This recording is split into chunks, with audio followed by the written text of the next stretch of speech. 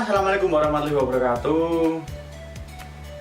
Di sini saya mau ngasih tips buat pergi ke Jepang dan triknya juga. Yang pertama, utama, yang paling banget kita perlu buat kesini adalah bahasa, men. Bahasa, kita belajar bahasa di LPK atau di diklat-diklat bahasa dan sebagainya.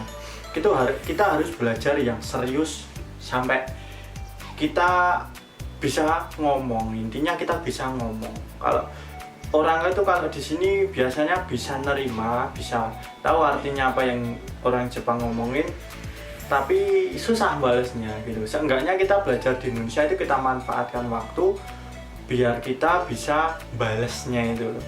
Kita belajar kaiwa, belajar komunikasi sama sensei kita yang di Indonesia. Mungkin kan di Indonesia masih senseinya masih sensei orang Indonesia, jadi buat belajar itu bisa enak gitu. Belum ada, ya ada rasa deg-degannya itu ada, tapi kalau udah sampai sini kita mau nggak mau kan ngomongnya sama orang Jepang. Kalau di Indonesia ya ada mungkin beberapa teman yang satu grupnya hanya orang Indonesia, itu ya mungkin ada, tapi kita harus kuasain bahasa itu sampai kita bisa ngobrol. Intinya bisa ngobrol, bisa bales apa yang mereka omongin, kita bisa ngetik, bisa bales itu. Sekali lagi, bisa bales omongan orang Jepang gitu. Yang kedua, kita harus semangat. Di sini kita kerja harus semangat. Jangan sampai kita loyo, aduh baru pertama datang, misalnya kita belum tahu nih jobnya belum tahu dari Indonesia. Oh ya mungkin udah tahu tapi nggak sesuai ekspektasi kita. Oh ya udah, kita lakuin aja. Itu udah pilihan kita, lakuin aja. Yang penting kita semangat. Orang Jepang itu kesan pertama semangat. Modal bahasa kita cukup, semangat. Insya Allah ke belakangnya itu lancar jaya.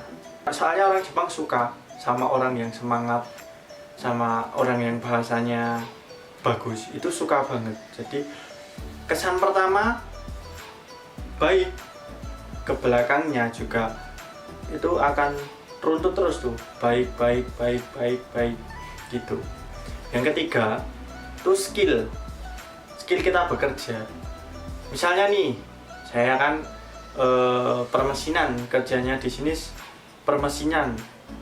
Jadi kalau di Indonesia dulu saya juga sekolahnya permesinan. Sebisa mungkin kalau bisa apa yang kita belajar, apa yang kita pelajari di Indonesia, apa yang kita kuasain di Indonesia, itu apa yang kita cari di sini. Misalnya saya permesinan itu tadi, di sini juga kerjanya permesinan gitu. Misalnya di Indonesia itu kita sekolahnya di teknik pengelasan, ya kita cari job las aja biar enak nyambung sama kerjaan kita. Misalnya juga body painting atau tata boga, misalnya ini kan tata boga gitu juga. Kita cari jobnya yang sinkron dengan diri kita aja, jangan sampai salah gitu loh. Tapi semua itu balik sama diri kita sendiri, maunya kita gimana. Kalau kita ya mau nyari job nggak sesuai sama apa yang kita pelajari di Indonesia, itu ya bisa, nggak apa-apa. Yang penting intinya di sini kita bisa bekerja lancar, nggak salah. Oh ya salah, kalau salah mah ya wajar, tapi namanya juga manusia. Tapi ya nggak salah terus gitu. Kalau salah terus-terusan itu kita ya bakalan warui juga di sini gitu. Yang keempat, skill kita bekerja di sini, yaitu kembali lagi ke apa yang kita pelajari di Indonesia. Misalnya kita udah kuasain, ya udah kita cari jobnya yang sesuai dengan apa yang kita kuasain itu, biar enak gitu intinya. Selanjutnya aktif. Kita di sini harus aktif bertanya. Kalau misalnya nggak tahu harus kita tanyain. Jangan misalnya diperintahin A, kita nggak tahu jangan dikira-kira loh. Jangan dikira-kira, misalnya kita disuruh A, kok kayaknya, jangan kayaknya gitu. Misalnya kita nggak tahu, kita perjelas tuh, apa kamu ini apa, nggak tahu, saya belum tahu gitu.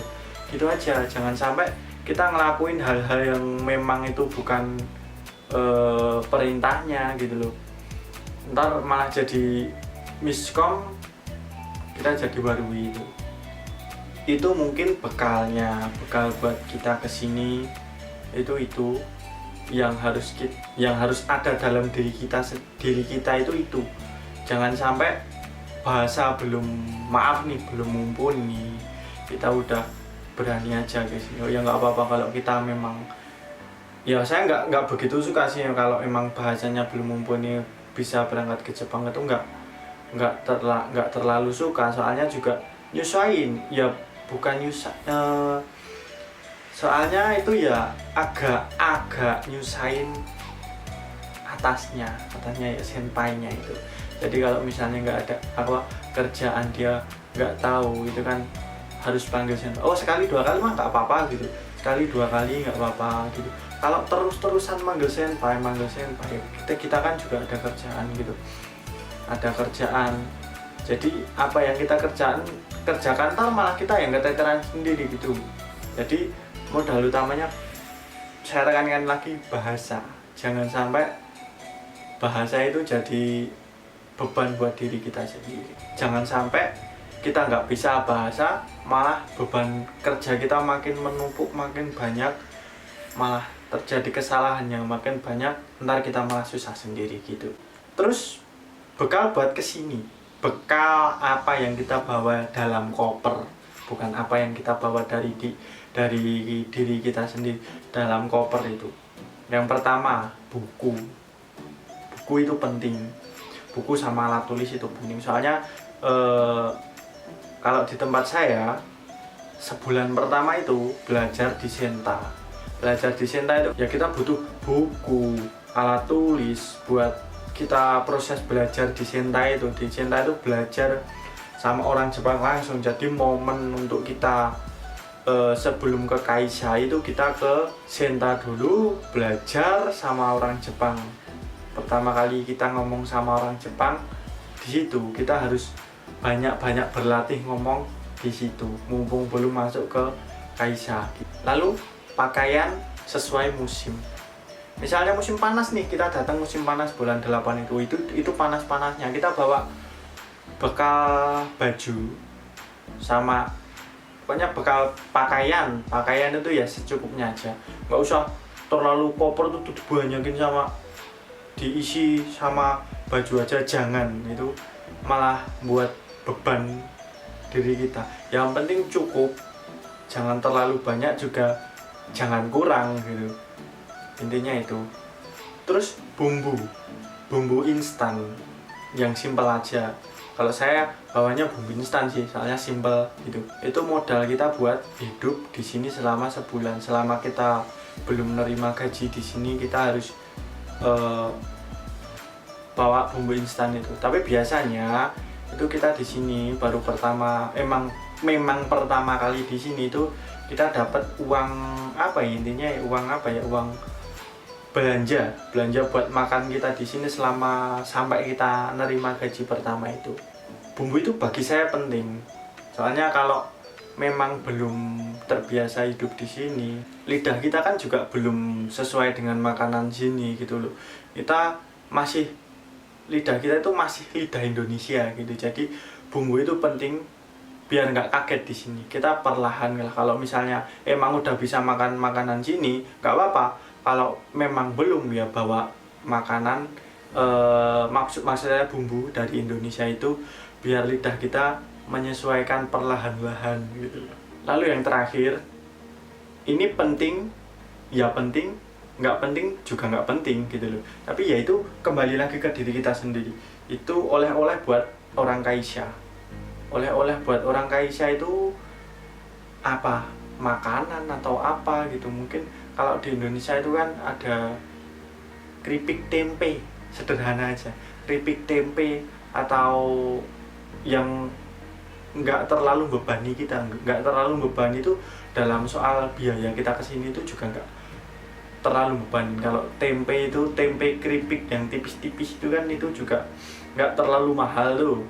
Kalau misalnya kita bawa ada uang lebih juga nggak apa-apa bawa belut. Misalnya belut itu kan di Indonesia kan agak mahal itu, jadi mungkin dari segi uang, dari segi ini kita agak ada tambahan dikit gitu loh buat beli belut itu. Tapi kalau misalnya kita nggak bawa oleh-oleh pun juga nggak apa-apa gitu loh.